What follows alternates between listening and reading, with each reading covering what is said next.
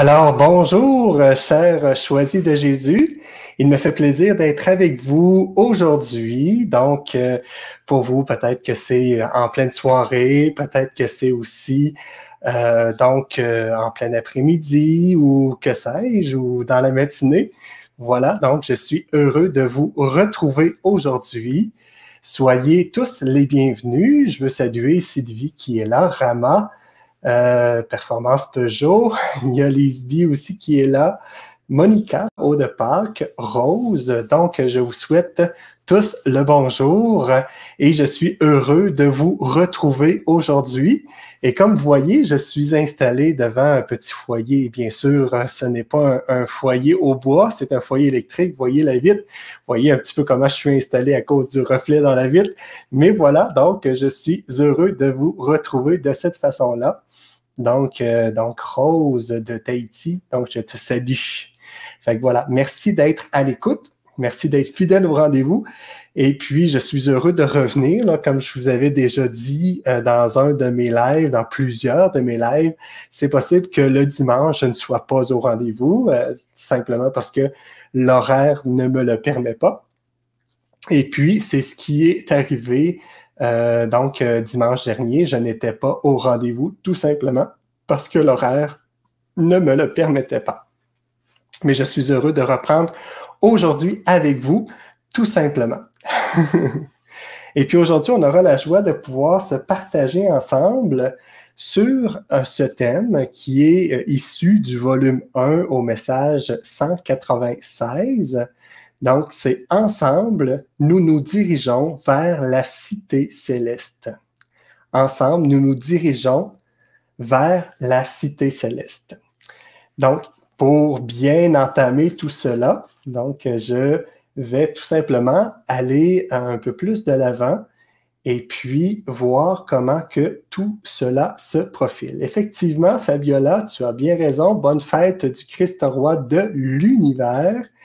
Donc, j'en dirai un mot pendant ce live aussi, en seconde partie. Puis, on aura la chance de pouvoir aussi échanger sur ce sujet-là. N'hésitez pas à commenter, à simplement ajouter, en fait, à ce qui va être partagé aujourd'hui. Je pense que c'est toujours enrichissant de pouvoir se partager tout ce qui habite nos cœurs. Et puis, dans le moment où cela est fort de nos expériences, hein, on partage ce qu'on a vécu et cela nous aide tous à, je dirais, grandir ou à croître, je ne sais trop quel mot utiliser, mais du moins à se sentir unis les uns aux autres. Je pense que ça décrit bien l'aspect de ce que j'apprécie dans ces moments-là d'échange qu'on a ensemble. Il y a Rose qui dit « En ce jour de grande fête de notre Seigneur Christ roi, toute la communauté céleste et terrestre. » Effectivement, merci Rose de nous partager cela. Donc, voilà. Allons-y avec le thème. Je n'ai pas eu la chance de pouvoir le copier-coller pour l'afficher dans le studio, mais voilà, donc on y va comme ça. Et puis, simplement aussi pour faire remarquer que si vous me suivez sur Facebook, sur YouTube, eh bien, j'ai aussi le lien pour voir la vidéo complète du rendez-vous du dimanche.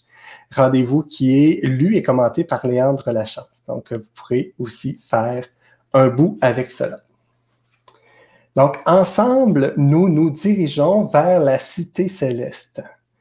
Le message 196 du premier volume nous indique certaines choses pour mieux comprendre ce que c'est que le ensemble, puis ce que c'est que la direction, vers où nous nous dirigeons.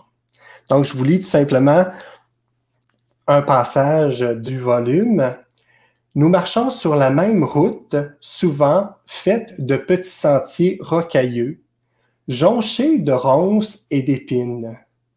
Mais quel splendide décor nous attend, hein? Quel splendide décor nous attend.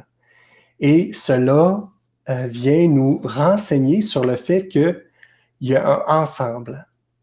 Ensemble, nous marchons sur la même route, hein, dit Jésus dans ce message-là, nous le dit à nous. l'a dit à une personne précise dans le livre de Pour le bonheur des miens, mais choisis Jésus, mais nous marchons ensemble sur la même route. Hein? Cette même route-là est souvent faite de petits sentiers rocailleux, hein, et jonchée de ronces et d'épines, pour nous rappeler que sur cette terre des vivants-là, nous marchons, et puis cette marche-là n'est pas une marche qui est de toute facilité. Hein. Donc, on peut se buter les pieds sur des roches hein, qui dépassent des sentiers. Et on peut aussi, dans l'exemple qui est mentionné ici, on parle du décor qui nous attend, hein, puis on parle d'une montagne, hein, de montagne, la splendeur qui nous attend en haut de cette montagne-là.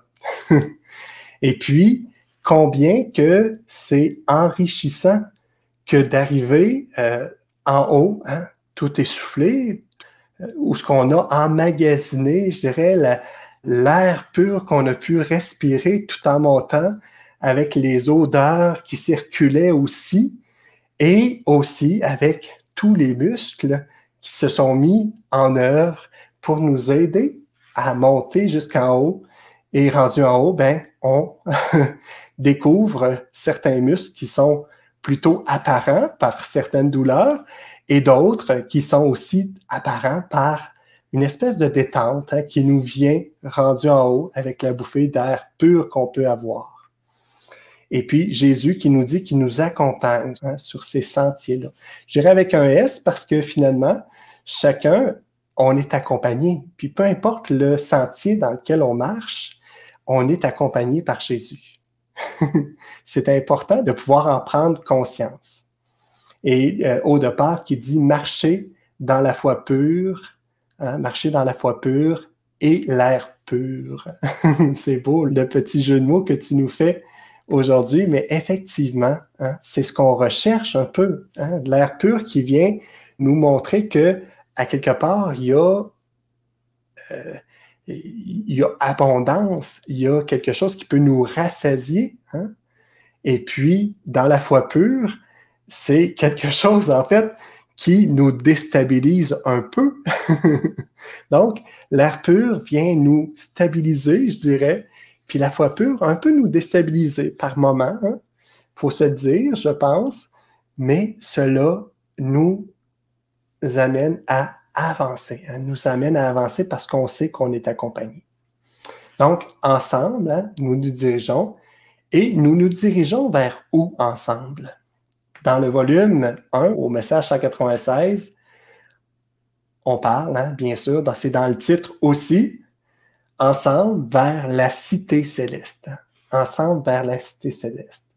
Et puis, qu'est-ce qui nous attend dans cette cité céleste-là? Hein? Dans le message, il nous dit « Mon Père, ton Père, notre Père, t'a réservé une place de choix près de moi, Jésus. Hein? » Donc, cette cité céleste-là, dans laquelle hein, il t'est réservé une place de choix près de Jésus. Puis souvent, ben, la place de choix qu'on a, elle est, la façon qu'on se l'imagine, c'est avec le concret des choses qu'on vit en ce jour, à chaque jour. Et puis quand on passe à une place de choix, on peut penser à toutes sortes d'événements qui nous est arrivé. Moi, j'ai en tête l'idée d'un mariage. Hein, tu sais, quand on est à une place de choix dans un mariage, c'est qu'on est assis à côté de la mariée ou du marié. Hein, tu sais, c'est les places de choix, ça. Et puis, chacun des convives ont quand même leur place de choix. Donc, ils sont aussi dans la même salle, dans la même pièce, au même endroit. Et puis, cela, ben, c'est une image qui nous renseigne sur certaines choses.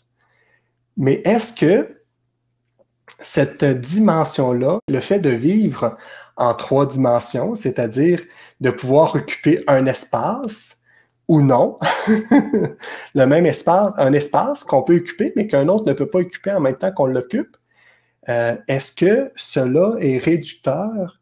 Je crois que cela est réducteur du fait que de se retrouver à une place de choix avec Jésus, parce que j'ai l'impression qu'il y a beaucoup de place à côté de Jésus, plus que ce qu'on peut s'imaginer, nous, tout simplement parce qu'on est limité par les images qu'on a, tout simplement. Fait que voilà, le message, on retrouve ça dans le message 196 du premier volume de Pour le bonheur des miens, mais choisis Jésus. Donc, ce fameux petit livre-là. Donc, tout simplement. Et la cité céleste qui nous attend avec une place de choix. Et puis, dans ce message-là, il nous est aussi dit que Jésus, ce que souhaite Jésus, c'est de répandre son amour sur une multitude de cœurs souffrants. Hein? Sur une multitude de cœurs souffrants.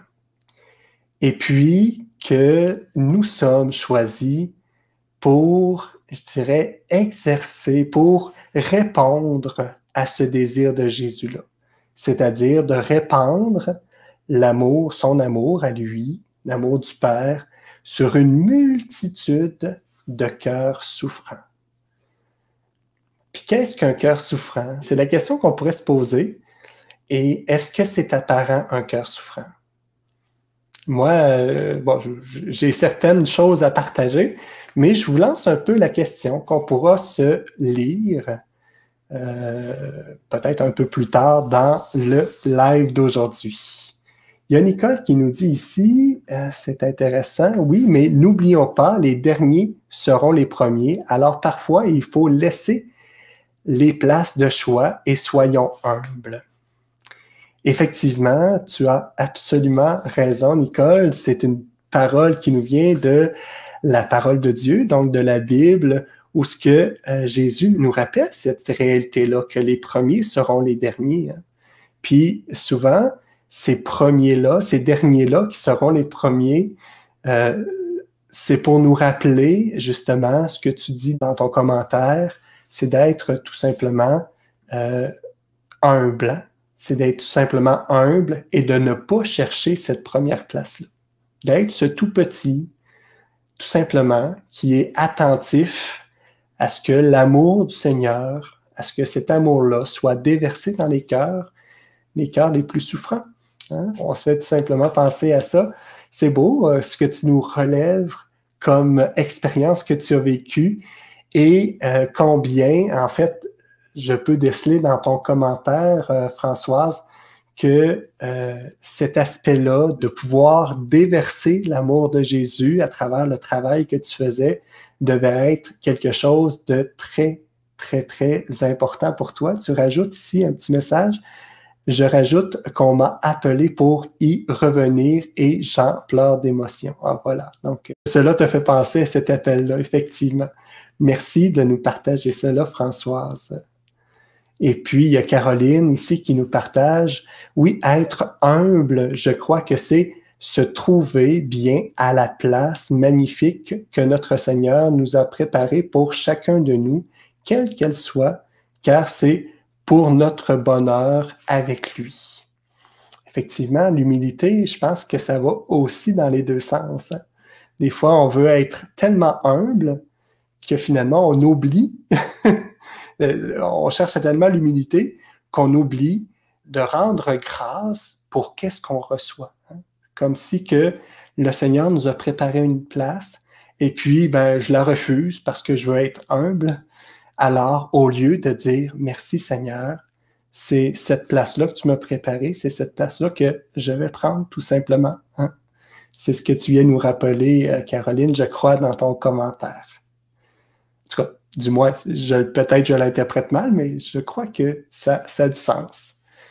Au départ, nous dit, au sommet de la montagne qui fut difficile à atteindre, nous avons le bonheur de contempler le beau paysage qui nous est offert, voir que Jésus est devenu plus proche de nous que lorsque nous étions en bas de la montagne.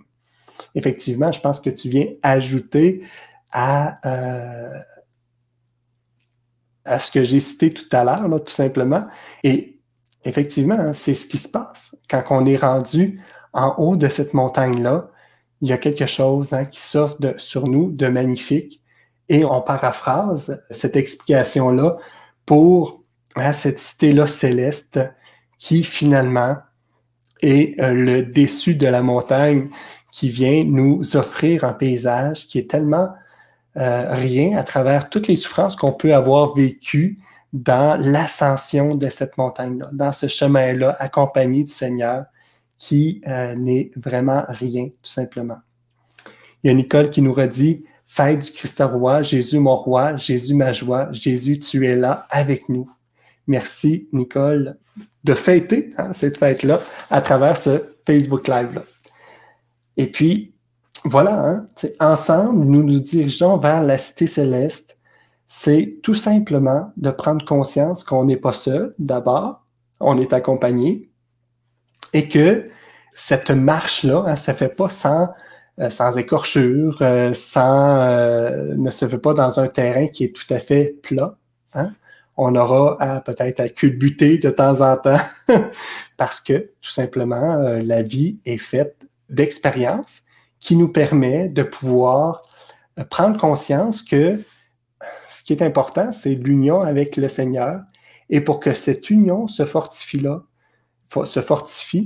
il faut qu'il y ait des expériences que nous vivons, des expériences de chute, de blessure, puis peu importe, d'amour aussi, qui nous rapprochent, en fait, de cette communion-là avec le Seigneur.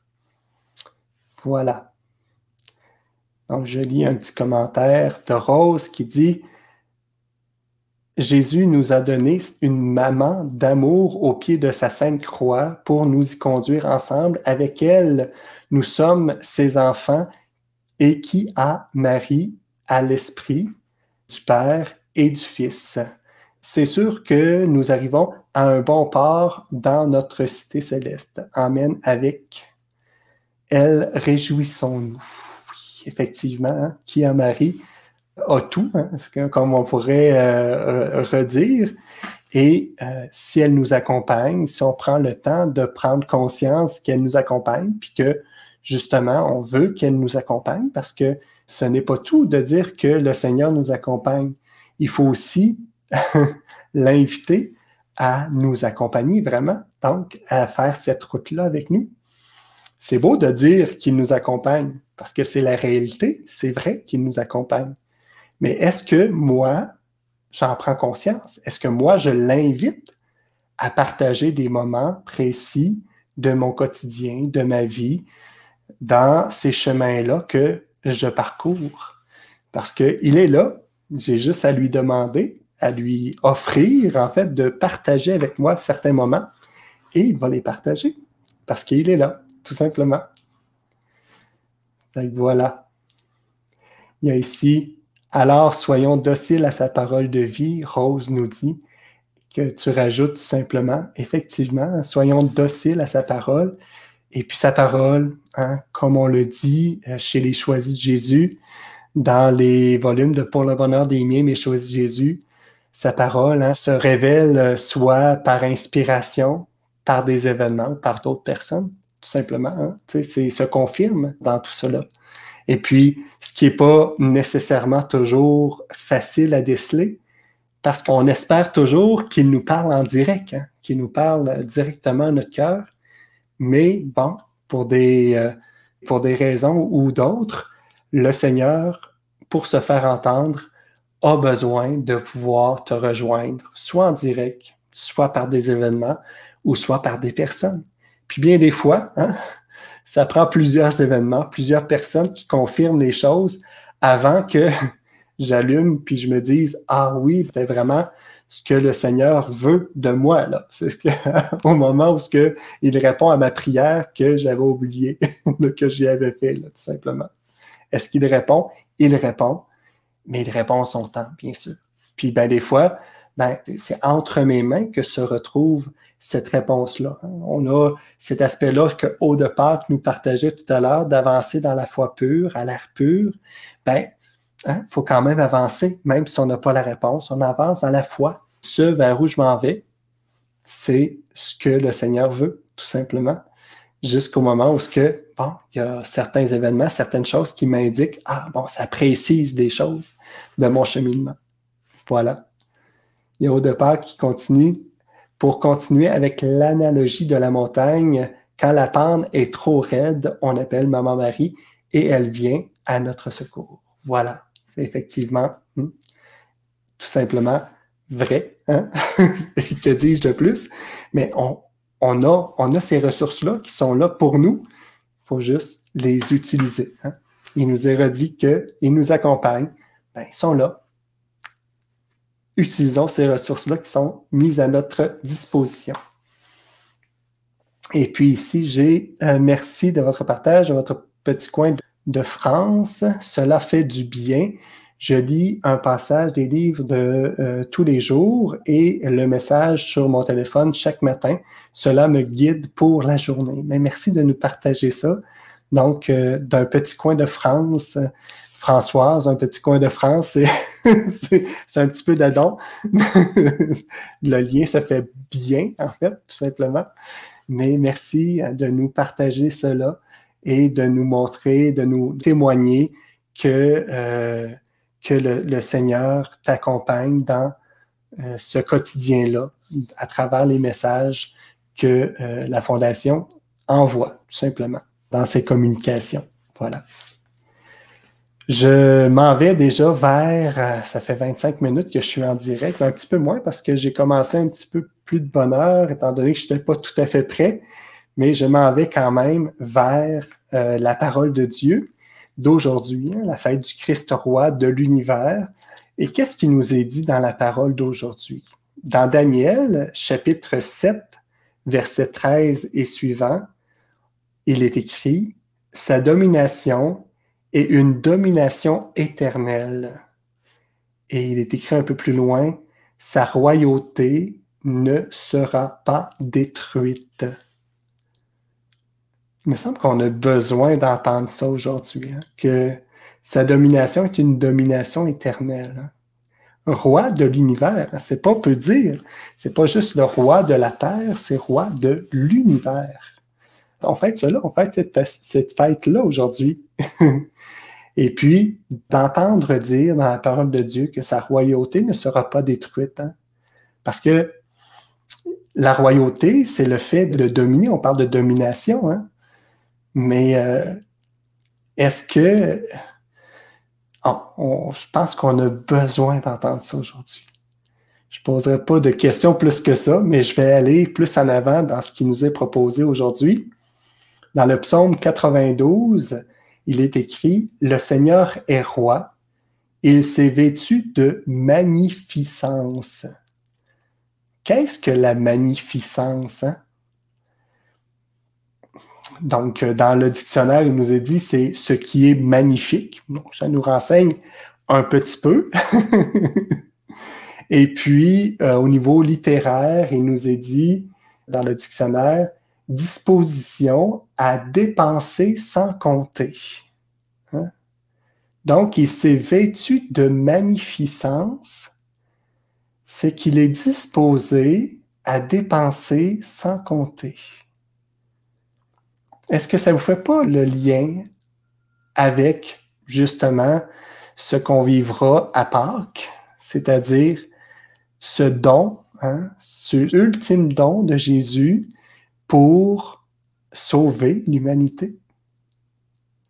Et d'autre part, ça ne vous fait pas aussi penser à, je dirais, l'ensemble des dons de l'Esprit que le Seigneur nous donne à profusion, de tout ce qu'il met à notre disposition, et même plus que ça, c'est de tout ce qu'il nous donne précisément à chacun de nous, selon ce qu'on a besoin au moment précis, ou ce qu'on aurait besoin, ou ce qu'on est dans un effet d'attente, je dirais, de sa présence, de son amour, et puis lui vient nous donner les dons, les charismes qu'on a besoin au moment précis, hein, de cela, tout simplement.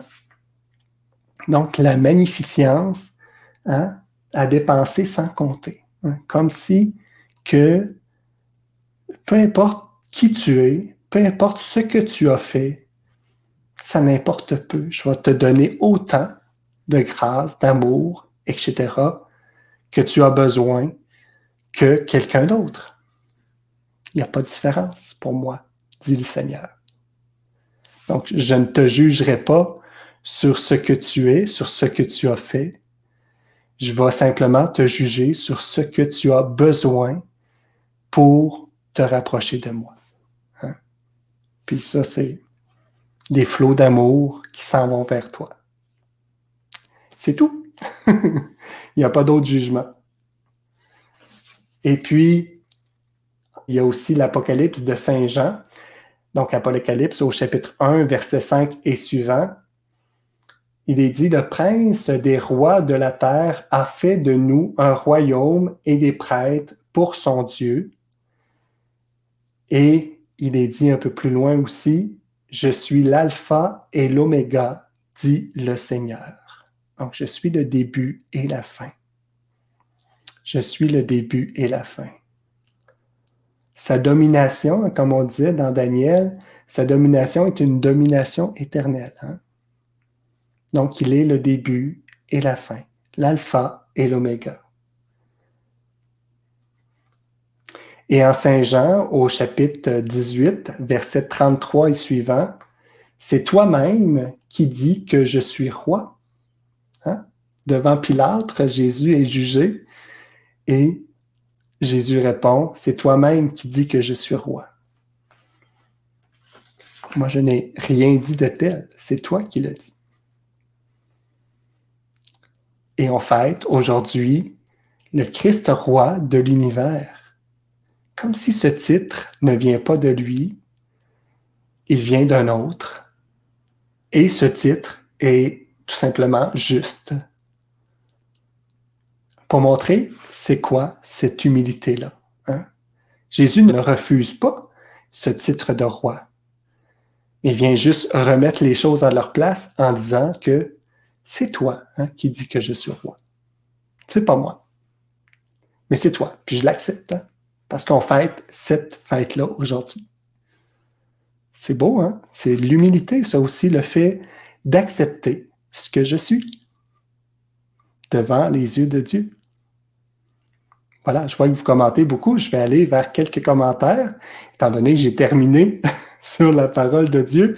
Mais si vous avez, j'aime toujours lire vos commentaires parce que ça vient ajouter, je dirais, à ce que, au partage que je fais. Donc, le Père nous donne son Fils, Jésus nous donne sa vie, sa peau, son esprit et sa mère, et il reste dans le froid de notre monde enfermé au fond de nos tabernacles. Donc, il y a beaucoup d'aspects que tu partages, Anan, là-dedans. C'est une réalité qui se dégage de ce que tu partages. Et effectivement, hein, nous avons à ajouter de la chaleur. Cette chaleur-là que nous avons à ajouter, c'est simplement de prendre conscience, hein, que nous le savons tous que Dieu nous accompagne. Mais cet accompagnement-là hein, peut se faire de façon dans le froid, comme tu l'as dit, ou dans la chaleur, c'est-à-dire lorsque nous prenons le temps de faire les choses avec lui, à ce moment-là, nous mettons de la chaleur. Donc, j'étais où? Ici, je m'en vais avec Caroline qui nous dit « Amen, quand on est profondément unis avec toi, Seigneur, c'est comme si plus rien de ce monde ne peut nous atteindre. » Quand on est profondément, je lis ton mot, profondément unis avec toi, profondément. Et puis, il y a comme quelque chose qui, dans cette profondeur-là de mon être, de mon âme, qui vient me stabiliser et me faire marcher dans une foi pure. Hein? Parce que lorsque je suis profondément avec lui, je suis capable de voir que tout est passager et que le but, ce vers quoi je m'en vais, cette cité-là céleste, c'est vraiment le but que je m'en vais. Sachant que son règne est un règne éternel et qu'il est là, toujours, à m'accompagner. Et lorsque je fais le pas de le mettre plus dans ma vie, ben je m'en vais dans ce profondément-là que tu nous partages, Caroline. Anan qui revient avec souvent délaissé par ses enfants, donc par nous. Oui, effectivement, tu as absolument raison. C'est souvent la cause, mais mettons-le au cœur de notre vie. Mettons-le au cœur de notre vie. Martin, Marie, Françoise qui nous dit « Oui, le Seigneur est notre roi, notre sauveur, notre Seigneur bien-aimé qui veut nous combler par son amour. » Effectivement, voilà.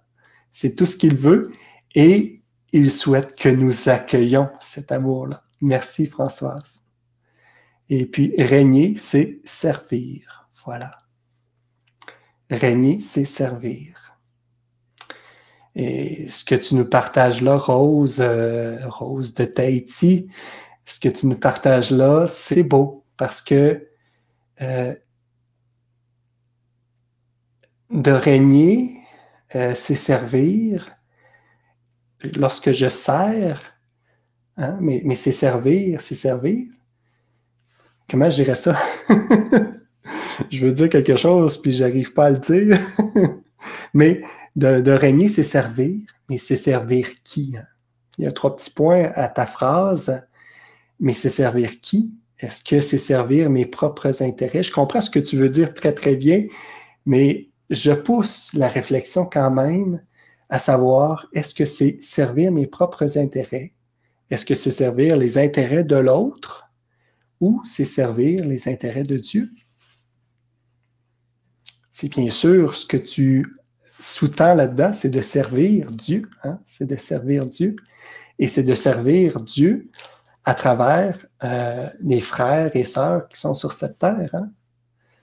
Puis à travers aussi ce que le Seigneur désire pour ses frères et sœurs-là. Voilà. Mais c'est toute qu'une réflexion. Hein? Régner, c'est servir. Et puis, hein, on peut se poser la question, est-ce que je règne? Est-ce que le fait de régner, de mettre une autorité sur quelque chose est un service? Est-ce que les personnes qui me mettent une certaine autorité viennent faire un service qui est un bon service? Hein? Voilà.